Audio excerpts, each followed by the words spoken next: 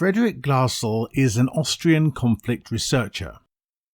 Experts worldwide use his 9-stage model of conflict escalation to determine the stage of conflict.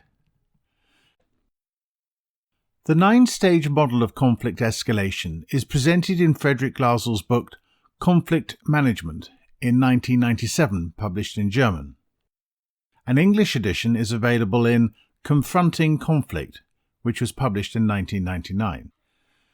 Friedrich Glasl looks at conflict escalation as a descent into ever deeper, primitive, and inhumane forms of conflict. He believes that if you do not make an effort, a conflict can escalate to levels where it costs on the human, the organizational, as well as the economic level. It is like a swamp. You slide further and further down and get more and more stuck in the conflict.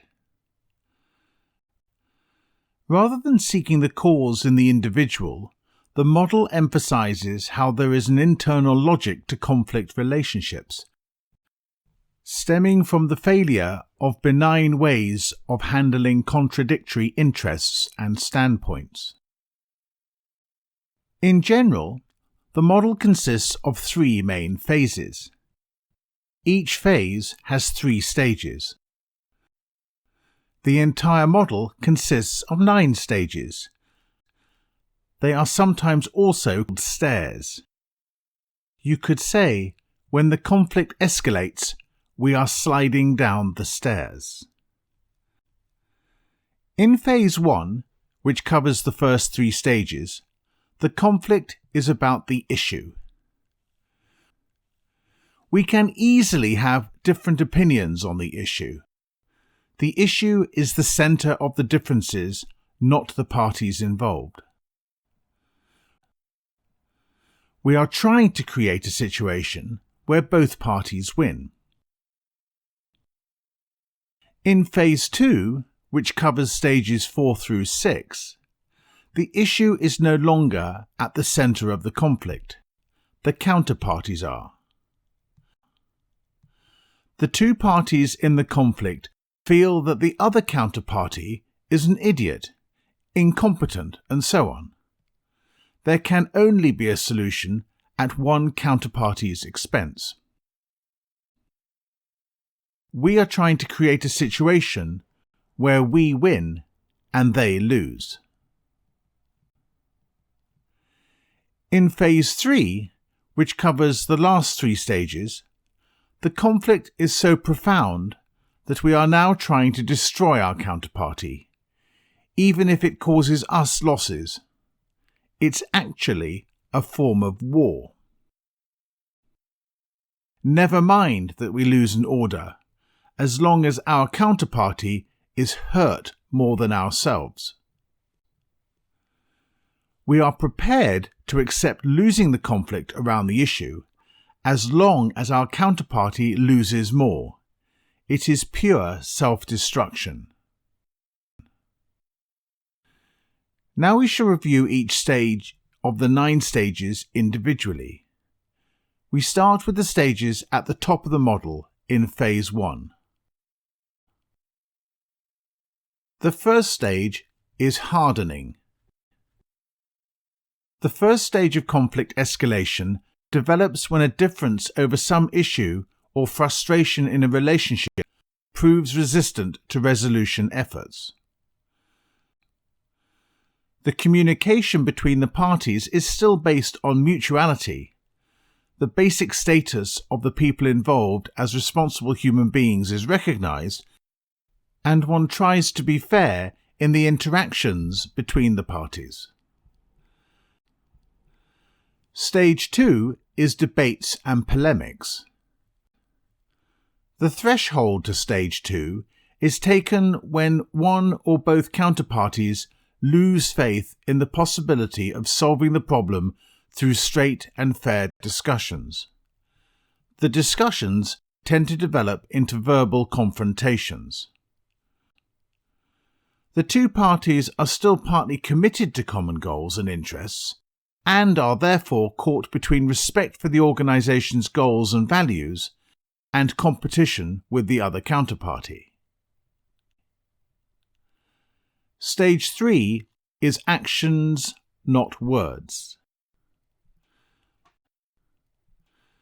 The threshold to stage 3 is taken when one of the counterparties feels that further talking is useless and starts acting without consulting the other side.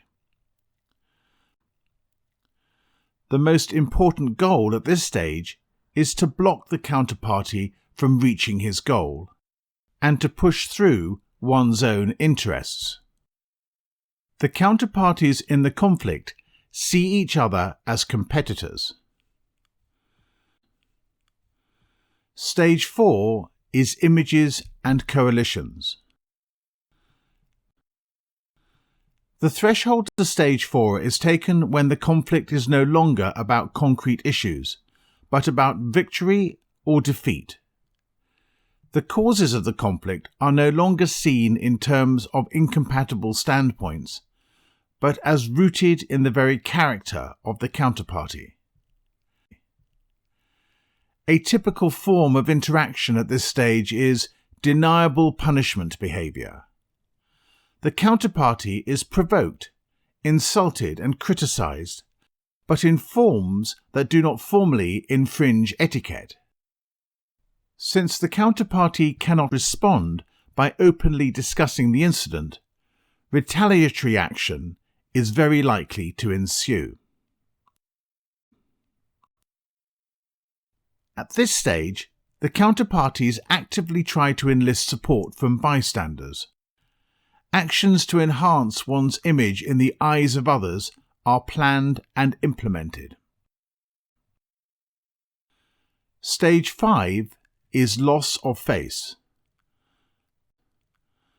The threshold to stage 5 occurs when the actions by one of the counterparties leads to a public loss of face for the other counterparty.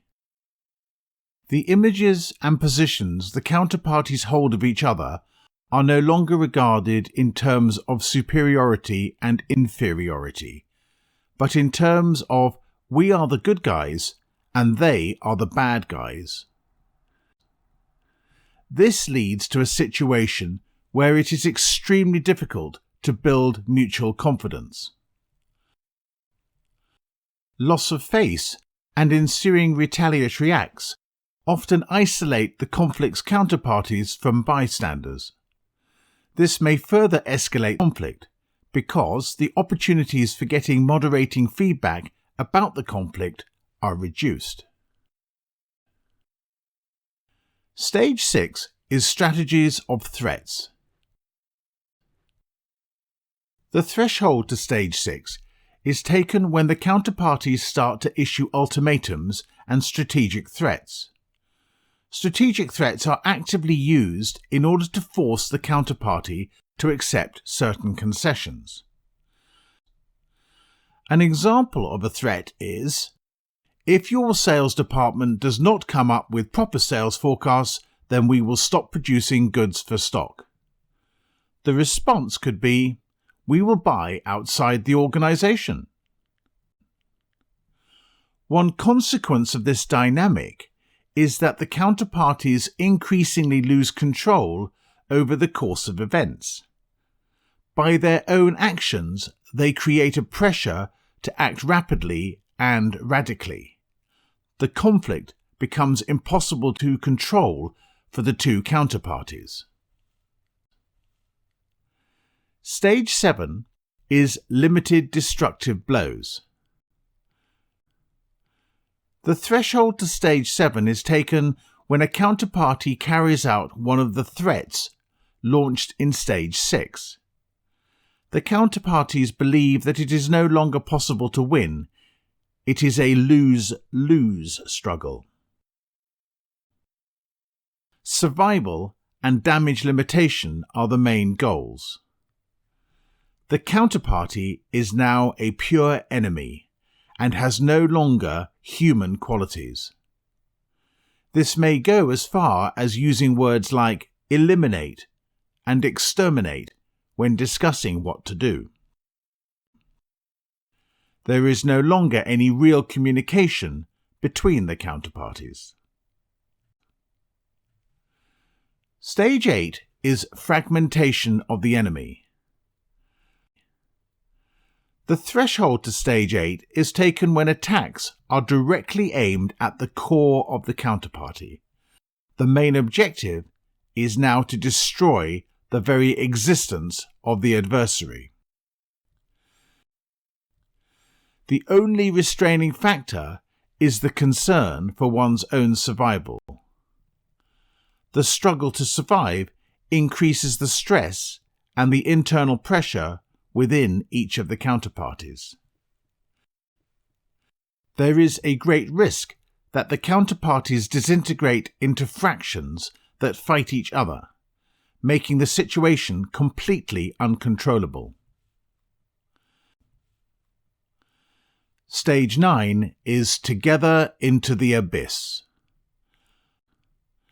The threshold to Stage 9 is reached when the self-preservation drive is abandoned. In the last stage of conflict escalation, the drive to annihilate the counterparty, your enemy, is so strong that even the self-preservation instinct is neglected. The counterparty shall be exterminated, even at the price of destruction of one's own very existence as an organization, group, or individual.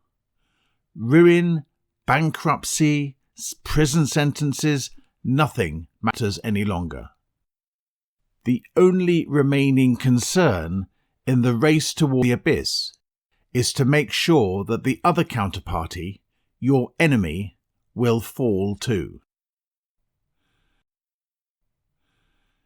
Now we shall examine an example of how a conflict can escalate and thus slide down the stairs in the escalation model. The case refers to an ice cream manufacturer who wants to launch a new ice cream, targeting a new customer group. Two key employees from different departments are allocated for the task. Engineer Alex Smith comes from the production department, and MBA David Taylor from the sales department. They are both second in command in their departments. They report respectively to the production manager and the sales manager. It is their first job at management level.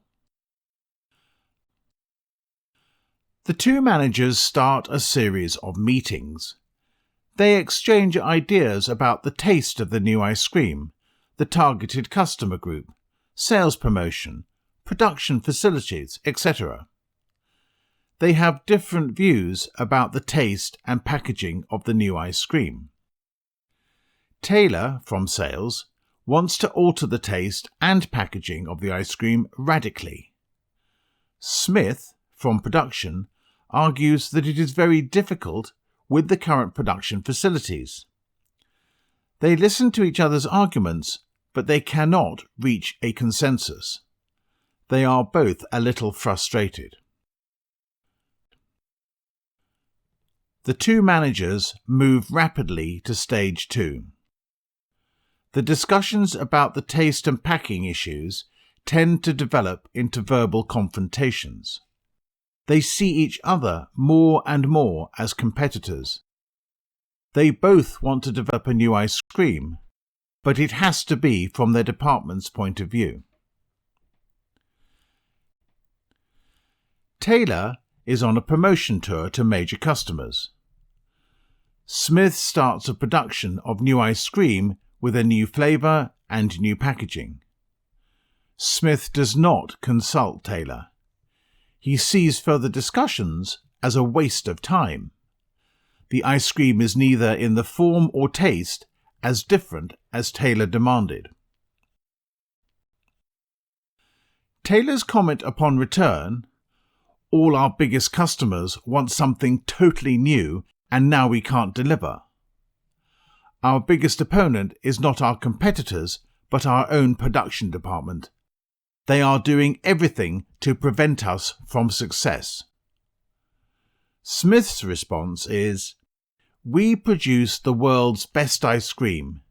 We have many awards to prove this. We need a sales department which is capable of telling the world this fact." Both managers are now using much time and effort telling bystanders within the organization about the other party's lack of understanding of the task of developing a new ice cream. Taylor publishes sales figures for the new ice cream in an internal newsletter. The ice cream is doing poorly against the competition. Smith's reputation is tainted in the organization. He loses face amongst employees. Smith believes that the sales department has deliberately not made any real sales effort. Smith gets his boss, the production manager, to complain about Taylor to his boss, the sales manager. If the sales manager doesn't get a grip on his second-in-command, a formal complaint will be sent to the CEO. The sales manager ignores this threat.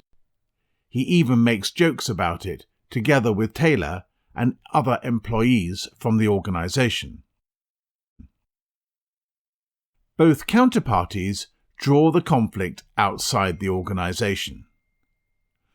Smith gets old contacts in the ice cream industry to complain about the sales department, especially Taylor, that he does not honor his agreements. Taylor gets a group of customers to complain about the quality of the ice cream. This is Smith's responsibility. They are both trying to eliminate their counterparty. Smith, together with the whole production department, works to get the marketing done by an external supplier. It will result in layoffs in the sales and marketing department and effectively blow the entire sales department into pieces. As retaliation, the sales department works to identify external suppliers of ice cream. In each department, there are now fractions who are fighting against each other about the next move in this struggle to survive. Both counterparties are now so eager to punish and destroy their counterpart that the cost to them does not matter anymore. The sales department discloses confidential information about new products to their competitors. The competitors can then launch similar products in advance, and the production department gets stuck with their products. Production punishes sales by delivering too late or not at all. Sales will lose orders and thus revenue. There is no logic in this last phase. It leads to the company's downfall. It is a race towards the abyss. Let us now look at a personal example.